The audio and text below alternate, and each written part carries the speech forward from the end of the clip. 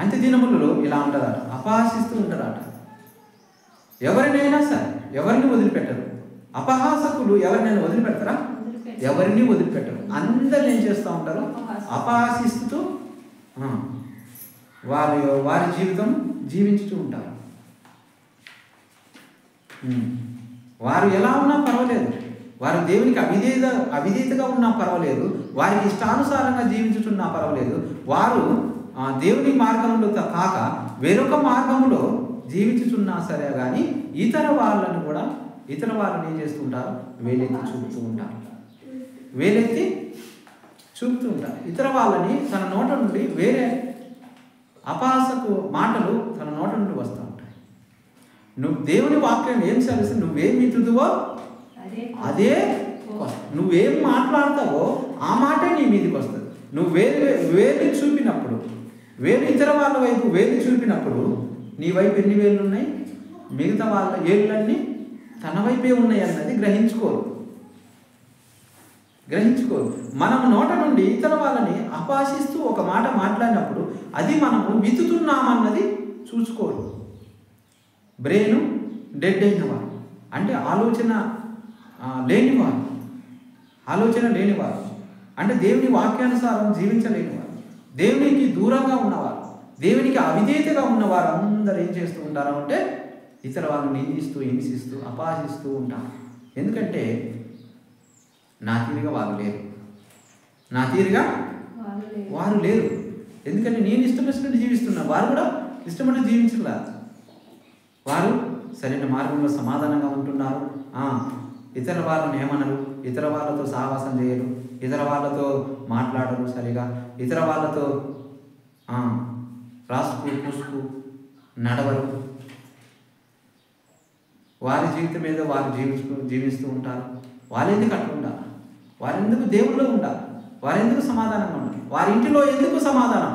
వారి ఇంటిలో కలవరం ఎందుకు లేదు అని వారిని ఏం చేస్తూ ఉంటారు? అపహాసిస్తూ ఉంటారు, ఏలన చేస్తూ ఉంటారు, నిందిస్తూ ఉంటారు. రహస్యంగాను బహిర్గతంగాను రెండు రకాలుగా హింసిస్తూ ఉంటారు. రహస్యంగా తనలో తాను, రహస్యం అంటే ఏంది? అంతరంగంలో ఆలోచిస్తూ ఉంటారు, అంతరంగంలో తిడుతూ ఉంటారు, అంతరంగంలోనే మాట్లాడుతూ ఉంటారు. మీరు అంతరంగంలో మాట్లాడతారా? ఇప్పుడు ఏమైనా మాట్లాడుతున్నారా? అంతరంగంలో ఏమైనా మాట్లాడుతున్నారా? నిత్యము అంతరంగంలో మాట్లాడుకుంటూనే ఉంటారు. కానీ బహిర్గతంగా అంటే బయటికి సౌండ్ రాకుండా అంతరంగంలో మాట్లాడుకుంటూ ఉంటారు. కానీ మీకు తెలియదు, కానీ మీకు చెవులకు వినబడుతూనే ఉంటుంది. అంతరంగంలో మాట్లాడుకునేది చెవులకు వినబడుతూనే ఉంటుంది. కానీ మీ చెవులకు వినబడుతుంది, ఇతర వాళ్ళకి వినబడుతుంది, ఇతర వాళ్ళకు వినబడుతుంది. మీ చెవులకు వినబడుతుంది, మీ అంతరంగము ఏం చెప్తారో మీకు తెలిసిపోతుందంట. కాబట్టి అంతరంగంలో కూడా ఇతర వాళ్ళని తిడుతూనే ఉంటారు. కాబట్టి ప్రియమైన దేవుని బిడ్డలారా, మనము అపహాసకులు అలా ఉంటారా? ఎలా ఉంటారు? అపహాసకులు అలా ఉంటారు. కాబట్టి తమ స్వకీయమైన దురాశల చొప్పున నడుచుకొనొచ్చు. వాళ్ళు ఎలా నడుస్తూ ఉంటారట? స్వకీయమైన దురాశల చొప్పున నడుస్తూ ఉంటారు. అంటే స్వకీయమైన దురాశలు ఏంది చెప్పండి? సొంత ఆలోచనలు, అంటే దేవుని పద్ధతులు కాక సొంతంగా మనం ఆలోచించి ఆ ఆలోచన ప్రకారంగా నడవడమే స్వకీయమైనటువంటి దురాశ. దురాశ అంటే ఏంటంటే ఆశ అంటే దూరంగా ఉన్నదాన్ని ఆశపడుతూ ఉంటారు. ఎక్కడ ఉంటారు? పరలోకం దగ్గరగా ఉందా, దూరంగా ఉందా? చాలా దూరంగా ఉంది దేవుని బిడ్డ. కాబట్టి దానికోసం ఆశపడుతూ ఉంటారు కానీ క్రియలు ఉండవు. పరలోకం కోసం ఆశపడతారు కానీ పరలోకం మనం పొందుకోవాలంటే దానికి సంబంధించినటువంటి క్రియలు ఉండవు. పరలోకానికి సంబంధించినటువంటి క్రియలు ఉండవు. కాబట్టి పరలోక సంబంధికులుగా మనం ఎదగాలంటే దానికి సంబంధించిన క్రియలు మనకు ఉండాలి. దేవుడు ఏమన్నా క్రియలు లేని విశ్వాసము మృతమైనది అన్నాడు దేవుడు. కాబట్టి ఈ దేవుని సన్నిధికి రాకుండా పరలోక సంబంధికులు మనం ఎదగాలంటే ఎదగలేము, పరలోకం నీకు దొరకదు. హల్లెలూయా. కాబట్టి ప్రియమైన దేవుని బిడ్డలారా, మనం దేవునికి అంగీకారంగా ఉండాలంటే మన దూరంగా ఉన్నటువంటి ఆలోచనలు మనిషి దేవుడు ఇచ్చినటువంటి దగ్గరగా ఉన్నటువంటి దేవునికి దగ్గరగా మనం ఉన్నప్పుడు దూరంగా ఉన్నాయన్నీ కూడా మనకి అనుగ్రహింపబడతాయి. హల్లెలూయా. కాబట్టి దేవునికి దగ్గరగా ఉన్నప్పుడే దేవుడు ఎక్కడున్న దాన్ని కూడా నీ చేతిలో వచ్చి పెడతాడు. పెట్టడా? ఎంత దూరాలున్నా కానీ నీ చేతిలో తెచ్చి పెడతాడు. నువ్వు ఆశపడితే తండ్రి నాకు ఇది కావాలని కొడుకు అన్నాడు అనుకో, ఇక ఊరుకుంటాడా? ఒక్క తీరికి అడుగుతా ఉన్నాడు అనుకో, ఏదో ఒకటి చేసి కొడుకుని తెచ్చి ఇస్తాడు. కాబట్టి దేవునికి మన కుమార్తెలుగా కుమారులుగా మనం ఉన్నప్పుడు, మనము దేవునికి ఇష్టంగా మనం జీవించినప్పుడు, ఆయనకు ఇష్టానుసారంగా మన జీవితం ఉన్నప్పుడు అడుగుడి మీకు ఇవ్వబడును అని దేవుని లేఖనం సెలవిస్తాడు. కాబట్టి అడిగినప్పుడు దేవుడు మనకు అనుగ్రహిస్తాడు. హల్లెలూయా.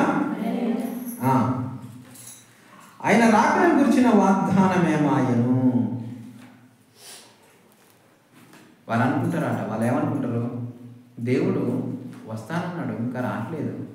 దేవుని రాకడి దినాలలో మనం ఉన్నామంటున్నాం, ఇంకా దేవుడు మనకు రావట్లేదు అంటే మనము బ్రతికుండగానే రావచ్చు, చనిపోయినాను, మనం నిద్రించినాను, దేవుడు రావచ్చు. కాబట్టి మనము నిద్రించే వరకు మనం ఎలా ఉండాలి అంటే దేవునికి ఇష్టంగా ఉండాలి. దేవుడు ఆశపడేది ఏంటి? మనం నిద్రించే వరకు దేవునికి అంగీకారముగా ఇష్టానుసారంగా మనం ఉన్నప్పుడు దేవుడు తన రాజ్యంలోకి చేర్చుకుంటాడు. హల్లెలూయా. కాబట్టి మరణించిన వాళ్ళందరూ కూడా లేచి తిరుగుతూ ఉన్నారట. ఇశ్రాయేలు అందరికీ కనపడ్డారట. యేసుక్రీస్తు ప్రభువారు తిరిగి లేచినప్పుడు ఏమైందంటే సమాధులన్నీ కూడా ఏం చేయబడ్డాయి? తెరవబడ్డాయి. విమోచన దొరికింది వాళ్ళకి. విమోచన దొరికి సమాధిలో ఉన్న వారందరూ లేచి చాలా మంది పరిశుద్ధులు కనపడ్డారని దేవుని లేఖనాలు సెలవిస్తున్నాయా లేదా? దేవుని లేఖము సత్యమన్న వారు హల్లెలూయా చెప్పండి. దేవుని వాక్యము సత్యము. కాబట్టి దేవుని లేఖనాలలో ఉన్నటువంటి ప్రతి లేఖనము ఆయన రాకడ గురించిన వాగ్దానము ఏమాయను అని నిర్లక్ష్యంతో ఉంటారు. అట్టి వారందరూ ఎలా ఉంటారు? నిర్లక్ష్యంతో ఉంటారు. నిర్లక్ష్యంతో నుండి దేవునికి అట్లనే దూరపరచబడతా ఉంటారు. అట్లనే దూరపరచబడతా ఉంటారు. కాబట్టి